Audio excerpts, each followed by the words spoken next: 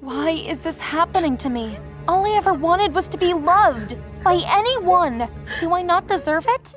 Hi everyone, my name is Nikki and I'm 14 years old. And it seems like my dreams about having a real family will never come true. My parents were not very good people.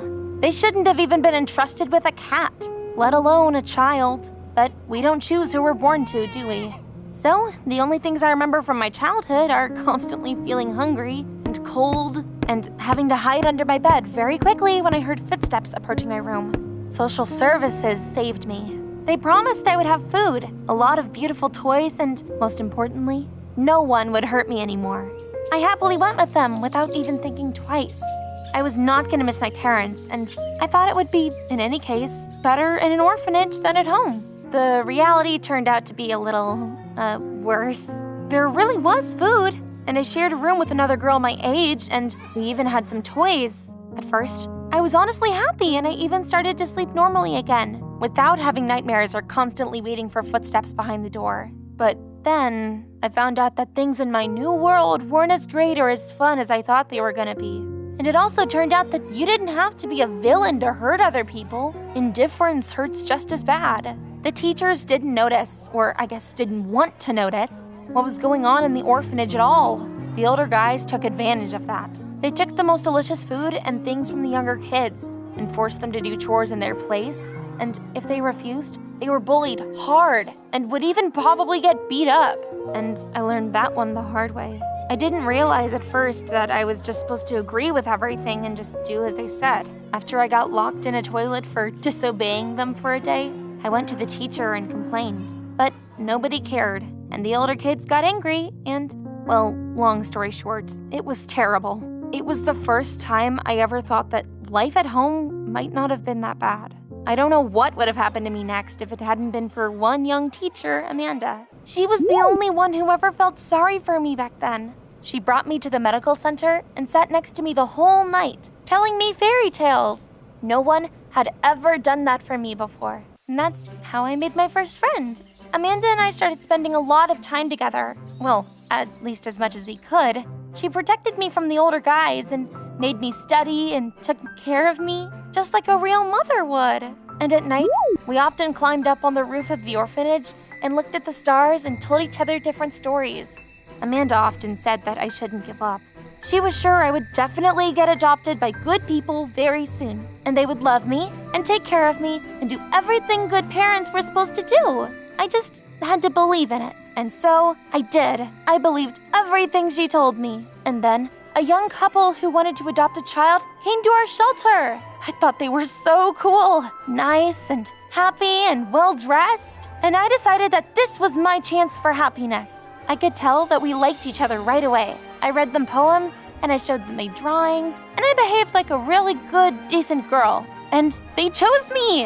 I was so happy! And a week later, after saying goodbye to Amanda and packing my things, I was already driving towards a new, happy life in a beautiful, expensive car. It was like those fairy tales that Amanda had told me. Molly and Jack, my new mom and dad, were telling me how great we were gonna live now, laughing all the while. And then I saw their house, a real castle, and my wonderful room, and a lot of toys, and new outfits. And it was like I was Cinderella, and my fairy godmother had finally found me. I was the happiest girl in the world. My new parents and I spent a lot of time together. They helped me do my homework and took me to shopping centers and bought me everything I wanted. And they told me about different places and amazing things. And on the weekends, we always went to new and cool places. I would take a flag pin and stick it into a large map of the United States at random. And then we'd go there. I even got to see the Grand Canyon, the most amazing sight I'd ever seen in my short life. And we also went and saw water parks, museums, theaters, a real ocean. I had never even in my life dreamt of something like that. Also, we had these wonderful little traditions. Before going to bed, my mom would always come and say goodnight and read a fairy tale to me. In the mornings, my dad would drive me to school so I wouldn't have to use the school bus. We spent our evenings together in the living room and told each other how our day had gone. And it was great, really. I loved these people with my whole heart, and I tried to do everything so that my new mom and dad wouldn't be disappointed in me. I helped around the house. I got up before everyone else to cook my mom's favorite breakfast. I studied well, and I always took care of my things. But after a while, I suddenly noticed that they had stopped loving me. You know, children feel things like that, even if it's hard to explain. It's just that at some point, my mother stopped saying goodnight to me. And my dad was often in a hurry to go to work, and so he started to give me money for the bus instead. And suddenly, there were no more snacks in the lunchbox to take to school anymore. In the evenings, my parents would tell me to stay at home as they went to go to a restaurant together. I hoped it was just because they worked a lot and wanted to be left alone sometimes. But the more time passed, the more scary moments like this there were. And at some point, I realized that my fairy tale was over. Now, the things that I'd been doing for them simply because I wanted to make them happy became my chores. I had to clean the whole house, cook breakfast, even wash my parents' cars. And if I wasn't managing it all in time, they harshly scolded me and would even leave me without food. They also berated me if I brought home bad grades. My life had gone from heaven to hell, and I didn't understand at all why. What did I do wrong? I'd been trying so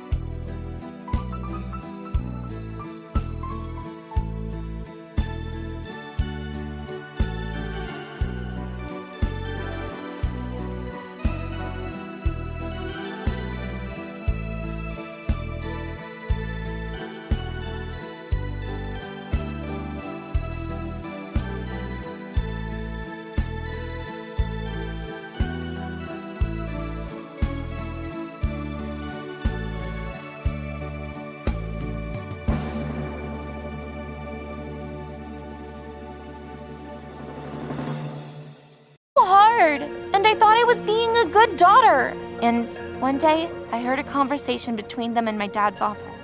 Entirely by accident, I had been dusting next to a vent in the next room over. My mother said that she was tired of being nice and smiling at a stranger.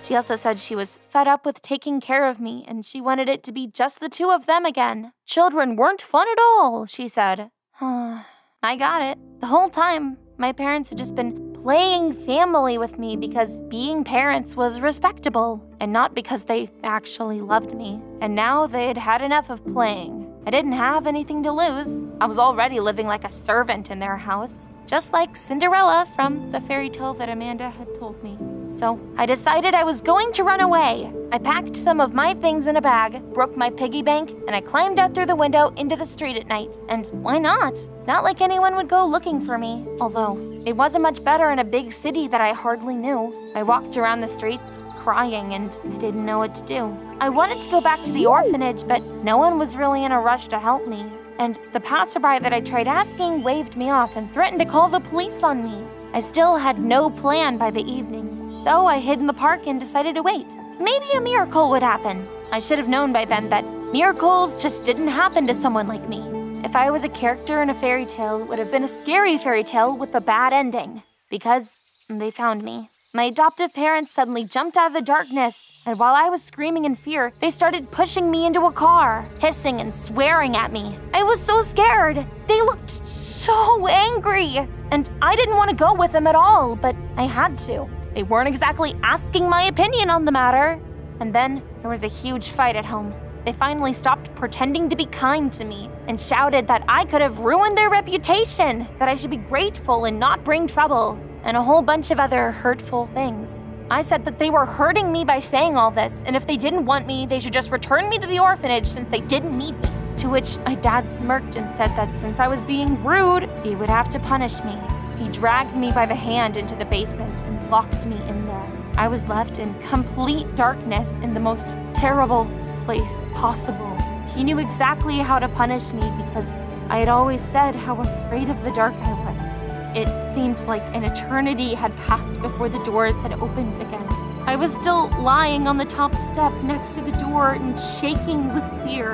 It seemed like some shadows and evil monsters were always walking below me and that if I closed my eyes, they were gonna eat me alive. I didn't even realize at first that the nightmare was over and who exactly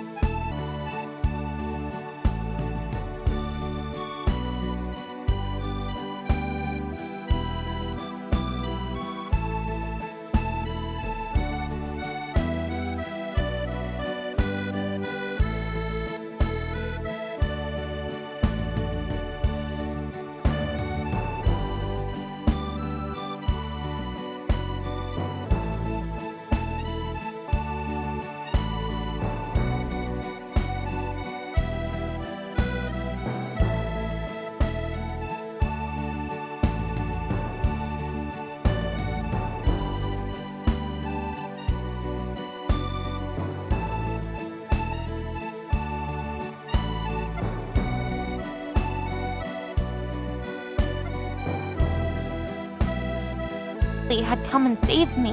And when I saw them, it was Amanda, my teacher. She'd seen me in the city and wanted to come up to me, but I'd run away somewhere too quickly. And then she had come to my foster family's house and pulled me out of the basement. It turned out that I'd been sitting there for almost 2 days, just sitting there without food or water and utterly terrified the whole time. I learned all this at the hospital where Amanda and the police ended up bringing me. I was immediately taken away from my family. Amanda took me to her place from the hospital. Of course, it was an ordinary small apartment and not a castle. But for the first time, I felt at home. Amanda helped me and took care of me, and she promised that she would never ever give me away to evil people again. And I believed her. She was the only one in my life who had never hurt or lied to me. But unfortunately, she didn't succeed. The court decided that I had to go back to the orphanage, even though Amanda and I had already done everything to ensure that I'd be allowed to stay with her. And I went back to being bullied. Only now they also joked about how no one wanted me. And the only thing that kept me going was Amanda's tenacity. She applied for my adoption, and I prayed like I had never prayed before that things would just work out for the first time in my life. But unfortunately, my prayers, just like always, were not answered. They told Amanda that she didn't have enough money or good enough accommodations to adopt a child. I told them that money couldn't buy happiness, but that didn't seem to help at all. I still live in the orphanage. It might not be the best place in the world, and it's definitely still terrible here, but I have Amanda. I go through each terrible day just so we can be on the roof in the evening and look at the stars and keep telling each other wonderful stories. I know that Amanda loves me like a daughter, and that she's still trying to fight for me, and I believe in her, because if I didn't, then I wouldn't have anyone to believe in at all.